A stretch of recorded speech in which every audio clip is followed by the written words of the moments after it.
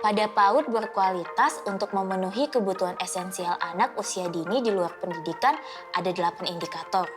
Dua dari indikatornya adalah satu pemantauan pertumbuhan anak dan dua pemantauan perkembangan anak.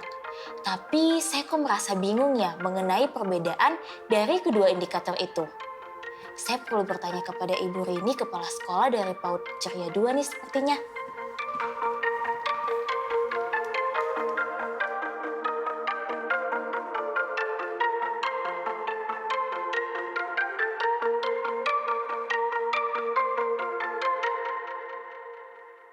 Selamat pagi Ibu Rini. Maaf pagi-pagi sudah datang ke sekolah Ibu. Selamat pagi Bu Aya, selamat datang di PAUD kami Bu. Dengan senang hati kami menyambut Ibu. Ada yang bisa kami bantu Bu? Iya Bu, jadi sebenarnya pertumbuhan anak dan perkembangan anak itu apa sih Bu? Apa perbedaan dari keduanya? Pertumbuhan anak berkaitan dengan perubahan yang bisa kita lihat secara langsung terkait struktur tubuh dan fisik anak. Contohnya, perubahan tinggi badan, berat badan, dan lingkar kepala. Sedangkan perkembangan anak berkaitan dengan perubahan karakter dan atau kemampuan anak yang bersifat fungsional. Contohnya adalah perubahan pada kemampuan berbicara, kemampuan fisik motorik, dan perkembangan sosial emosional anak. Jelas bukan perbedaannya, Bu? Oh, jelas sekali Bu. Nah, Bu Aya juga tidak perlu khawatir, karena pemantauan pertumbuhan dan perkembangan anak ini tidak dilakukan sendiri oleh PAUD ya Bu. Pemantauan ini dilakukan dengan kerjasama dengan Posyandu atau Puskesmas, terutama untuk mengecek poin-poin pemantauannya. Wah, berarti tidak dilakukan sendiri ya Bu. Baik, saya catat. Nah, terkait dengan indikator pertamanya Ibu, yaitu pemantauan pertumbuhan anak. Sebenarnya pemantauan pertumbuhan anak itu seperti apa ya Bu? Oh, begini Bu.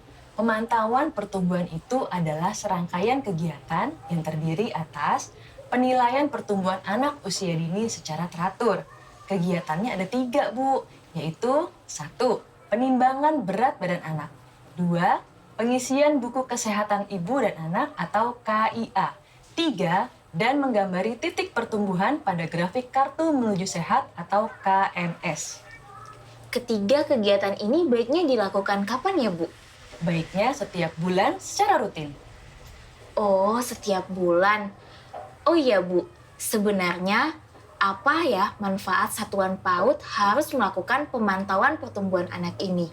Manfaatnya banyak. Ini ada 4 manfaat yang bisa dilihat.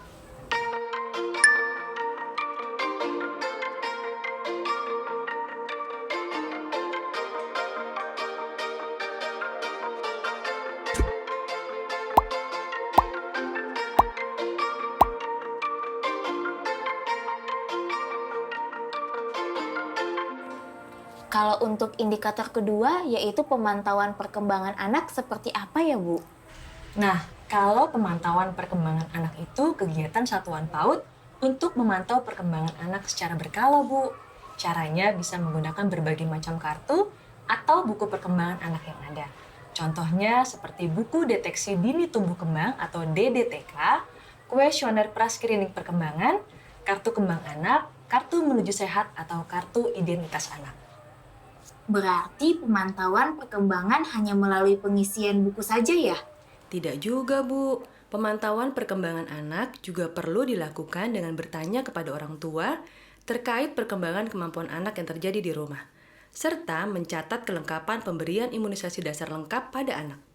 Kenapa perlu mencatat kelengkapan imunisasi anak, Bu? Kan itu tugas orang tua. Kerja sama antara rumah dan satuan PAUD itu penting loh, Bu. Kita harus tahu bagaimana imunisasi peserta didik. Tidak lengkapnya imunisasi itu berisiko, Bu. Meskipun pemberian imunisasi tidak berhubungan langsung terhadap kecerdasan anak, tapi kalau ada infeksi akibat tidak diimunisasi yang lengkap, ini akan mempengaruhi tingkat perkembangan kognisi anak. Kan usia dini adalah usia penting dalam kehidupan anak. Oh, begitu. Kalau pemantauan perkembangan anak juga dilakukan setiap bulan, Bu? kalau perkembangan anak ini dilakukan sesuai dengan kartu atau perkembangan anak yang digunakan, serta kategori usia anak, Bu. Jika menggunakan kartu DDTK, untuk usia 0-12 bulan, DDTK dilakukan setiap 3 bulan sekali. Usia 12-24 bulan dilakukan 6 bulan sekali, dan usia 24-72 bulan dilakukan 1 tahun sekali. Sedangkan, jika menggunakan KKA atau Kartu Kembang Anak, dapat digunakan untuk memantau perkembangan anak setiap bulan untuk usia 0-36 bulan. Sedangkan, dengan KKA usia 36-72 bulan dipantau setiap 3 bulan.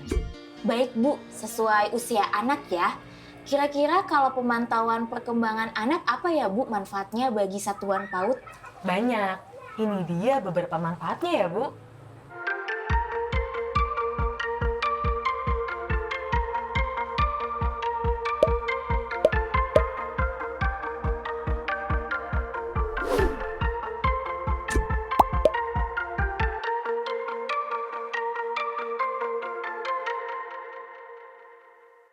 Wah, manfaatnya penting ya.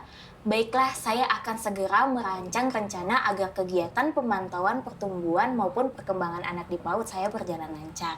Tidak lupa untuk melibatkan unit posyandu atau puskesmas terdekat. Terima kasih banyak Bu Rini atas bantuan dan penjelasannya.